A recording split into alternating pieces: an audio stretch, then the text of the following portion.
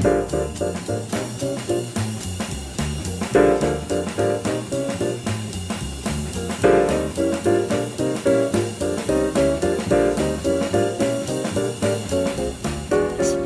the intensity. 50 high-impact rounds. What are you training these kids to do? Look at this. Look at this, too. More propaganda. $10? Wait, no. $15? Totally different. Look, what is this? You look like Hannibal Lecter now. Now, this bad boy, I mean, looks pretty dope, but still, like, you know, training these kids how to use guns here.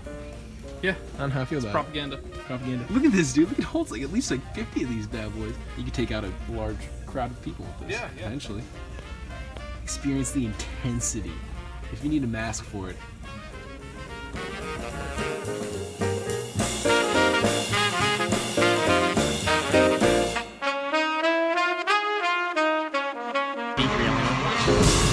This is the guy that beat the piss out of Rihanna. Like Chris Brown? It's a good one.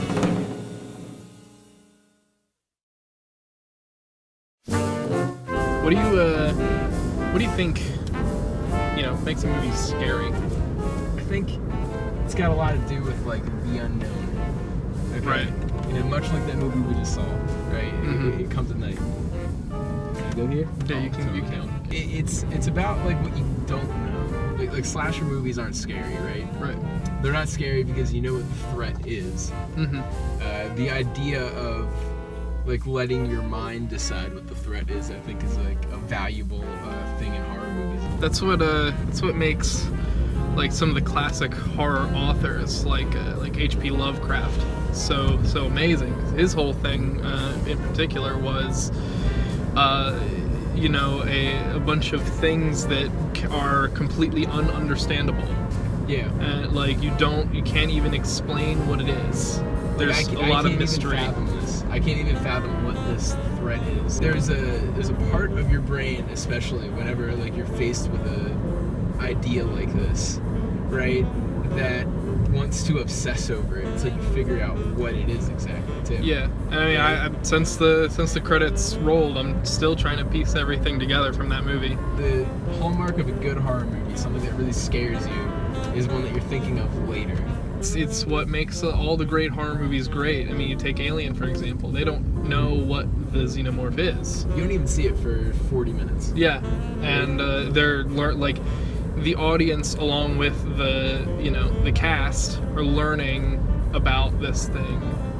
Yeah. And equally, and the mystery is alive for both. Like people talk about like The Exorcist being one of the greatest horror movies of all time. They refer to like the spider walk scene down the steps. They talk about like when she is stabbing herself with the cross, right? That part is terrifying. But I think part of what makes that movie so great is the beginning, where you don't know, like, is she sick? Like, what is wrong with her? Right. What is the issue here? And if you were to not know anything about the movie ahead of time, you would have thought maybe she's sick. Yeah. Right? But, you know, that mystery's gone for that movie. The mystery's gone for that movie, but I think the reason that one is so great is that it does every type of horror, like, correctly. Yeah. You know? Yeah, and it definitely, like, even throughout, like, when you see what she becomes, like, the only explanation from anything that you get is Reagan saying, "I am the devil." And that's it. That's all you get. It's it. You don't even necessarily know if it was the devil that possessed her. Like, something possessed her, though. Yeah. I mean, Exorcist 2, you know, we're not getting into that. About the heretic. It's like you said, it's the fear of the unknown. It's the most ancient fear that anything has, and as long as you know, a horror movie can harness that feeling of unknown, of unfamiliarity, like this one did, I think that that's how you get a good horror movie. Load her back up. Dude, there was one that had literally 50 bullets in the clip. It was wild.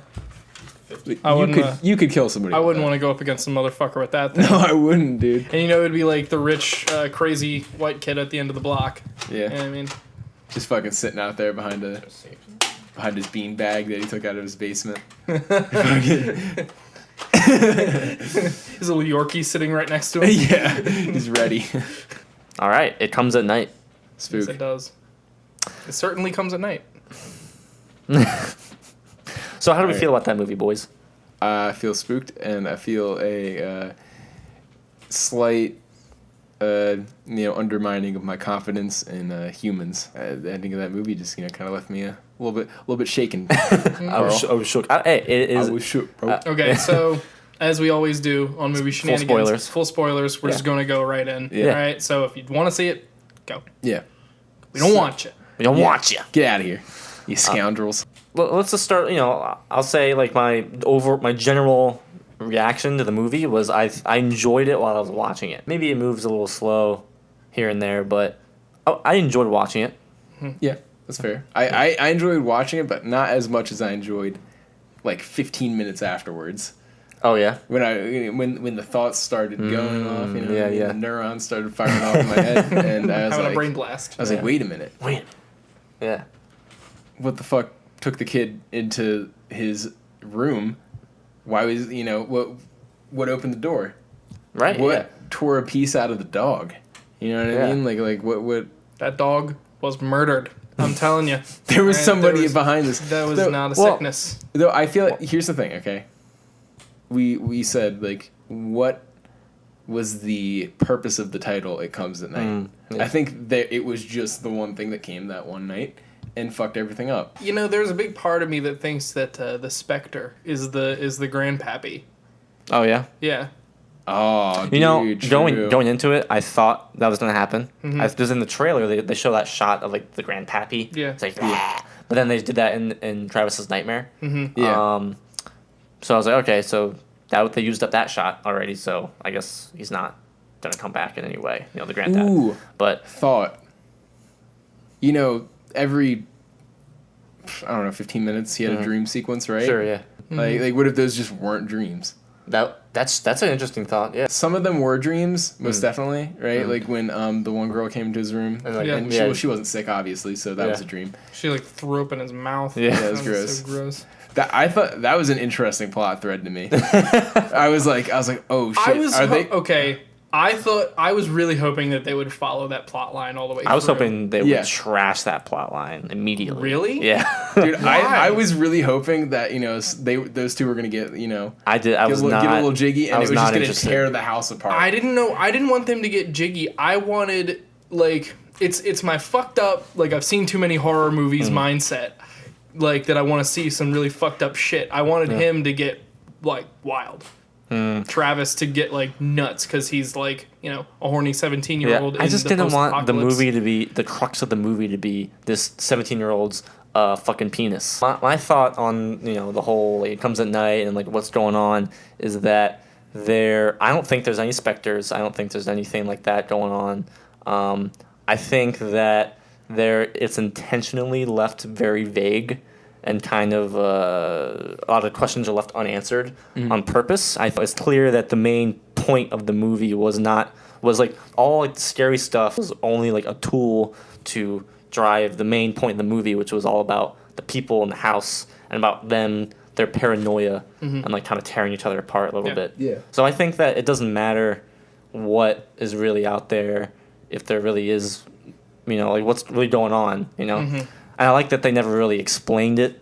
They never tried to justify it. Do we all like all the acting? Joel Edgerton? Yeah, the acting was acting was the best fantastic. part of the movie. Yeah, it was. I really liked Paul, the main character, Joel Edgerton's character. He did a good job. He, did a good job of playing that kind of like, he's not a bad guy, not a good guy. He's just he's doing what he's got to do. He was like the best example of a realistic everyman because he stuttered a couple times. I'm sure that was intentional, and like he hit a limp. One of my favorite parts of his was when Travis really wanted to go see Stanley, and he was like, "You want me to be the bad guy? I'll be the bad guy. I'm sorry, Travis," and stuff like that. And I was like, that was such a human response to this. Yeah. Thing about this movie, right? The reason why it's doing really well critically. It is a horror movie, but it's the kind of horror movie that you want to see, like every horror movie be, kind of. And I say that in the sense that there's character building, There's some serious moral dilemmas here. It's not just, oh, here's this teenager and they're gonna go and get killed right now. It's not that, right? You're not here to see the kills, right? Yeah. And there's a place for that, right? There's totally a place for that, right? Those movies deserve to exist. Obviously, at the end of the movie, kills the entire family. Yeah. Which was the scariest part to me. Yeah, right? I think it went off the rails real quick. Really fast. Yeah. The way it was filmed too. Right? And the fact that you grew to like the other family and everything. Yeah. And he just took them all out. Yeah. That would have meant nothing if there was none of that character building. Right. No, And you're that, right. in the that second was act, that was like the big climax of the movie. You know, it would have fallen flat, completely flat. There's a I'm gonna dip real douchey into horror for a little bit. Okay, so like there's this kind of emerging subgenre of horror that this falls under. I think this like it's a good movie. It's really psychological, but is it really scary? Yeah. Kind of thing. Babadook falls under that I think category it's definitely to me. scary. This falls into that. The Witch falls into that. Fucking the Neon Demon falls into that. It's like The Gift. They're not The traditional. Gift, yeah. The Gift. The Gift was very good. They're scary and they're not in the traditional sense, though. You know. You know, there is, like we've said, a place for horror movies like this to exist, but I don't think that, all horror movies should be that way. Definitely. I think there are things what I meant to say, I guess, is that there are things in this movie that all horror movies should aspire to have. You're right about which that. are just basic. Yeah. Like the reason this movie's novel is because like most horror movies don't go out of the way to build your to make you even care. This movie, like all good horror movies, takes the time to build the characters that you're supposed to care about when fucked up stuff happens to them. Yeah. Yeah. Like we were saying, also, this movie capitalizes a lot on the real kind of pinnacle of what horror should be, which is the fear of the unknown. Like my point is that like it leaves you thinking. Right? Like I'm still thinking about it. Yeah. In an hour, I'm gonna be thinking about it. When I'm sitting in bed, I'm gonna be thinking. Oh, about God. Has so many cool unanswered questions. It's all about like the paranoia of humans. So like there's that one scene where Paul is talking to Will, they're drinking, and then Will has that moment where he mentions he was an only child, and Paul's like, "Oh, I thought you said you were with your brother before." And then he's like, so "Oh, what the my- fuck was his deal? Like, was he Right. actually like? was he lying or?" See, now I'm thinking maybe he should have killed them all. Yeah, but like I love that scene. That was probably one of my favorite Wow, scenes. now I'm thinking about that. Because and then he was like, yeah. "Oh, it was my stepbrother," which could have been true. Yeah. But it could have not been true. Yeah. And I love Paul. Like, there's that moment. Like, once he says that, Paul, you can just tell he's just like, And he like picks up the drink and he's like so like mad in that moment. Every scene is kind of loaded with visual cues as to like what that character's actually thinking, because the entire time they're kind of in this slight gridlock, and I say slight gridlock because it's not like totally like nobody's moving, nobody's trusting anybody. They're kind of trusting each other. Yeah. Just kind of. So for like a little bit. yeah, like nobody's ever totally saying exactly what they're meaning. And there's gonna be people who, see this movie and walk away disappointed for sure. I think there were some people in our theater. Yeah, definitely I saw was. one guy who was Definitely like, "Nothing happened." And I mean, he went to the wrong movie. Right. I think that part of it is what you said, Tyler. It's a product of mismarketing this movie. Right. You got to the point where all three of them were dead, right? Yeah. And what's his name just kind of petered out, died. and And Travis and his mom and Paul, they were like standing there, yeah. and they were just silent for a second. They were just like crying. Yeah. And I was like, that's fucking scary. I like dude. the- Can't that- It was imagine a being horrifying in that. ending. Yeah. I like the callback to the first scene where the mom was saying like it's gonna be okay, Yeah. to the person who's dying. And then the very last shot of the movie, with Paul and Sarah sitting across the table where they were before, and then the missing, the empty chair. What a dissonant note to end the movie Man, on. it was such a depressing ending. Yeah.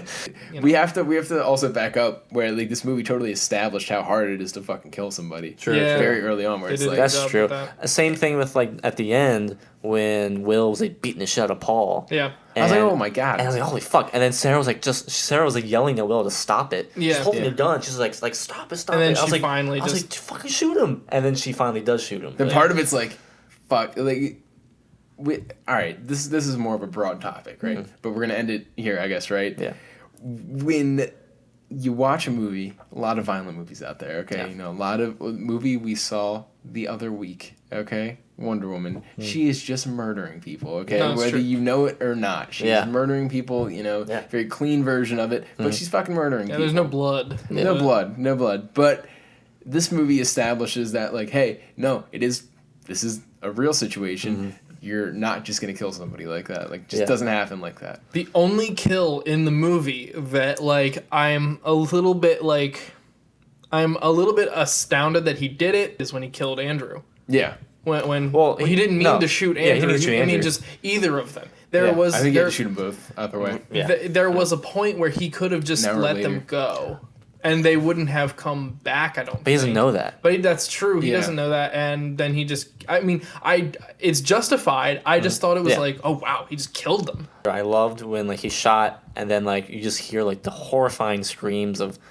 She did a magnificent job. Yeah, like you kill my baby. Really sounding like And then- a mother whose child just got shot. For sure. And then Paul, he looks shocked, Yeah. and he's like, oh shit. and then he just like shoots her right there. And I was think that kill on Mother is really interesting because like there's a part of me that thinks he did it just because he killed her son. I feel like this one's gonna stick in my palate for a while. Yeah, same. Yeah. All right. About wraps it up, I think. Yeah, go see It Comes at Night. It's pretty good. Yeah, it's worth a watch. Definitely. Yeah. Modern Day Ren Men on Instagram and Twitter. I'm gonna start the Instagram back up. Sweet. Totally been slacking off because I've been focusing on the videos. That's what's more important at the end of the day, right? That's true. Yeah. Yeah. So that's about it. I hope you liked the movie. We liked it. Yes, we did. And we will see you next time we do another Movie Shenanigans.